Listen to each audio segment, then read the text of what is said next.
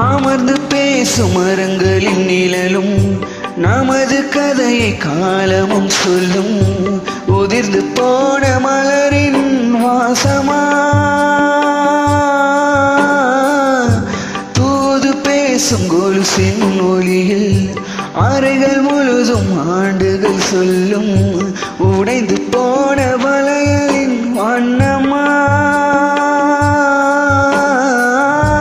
உள்ளங்கையில் வெப்பம் சேர்க்கும் விரல்கள் உந்தன் கையில் தோழி சாய்ந்து கதைகள் பேச நமது விதையில் இல்லை. முதல் கனவு போதுமே காதலா கண்கள் தீர்ந்தது.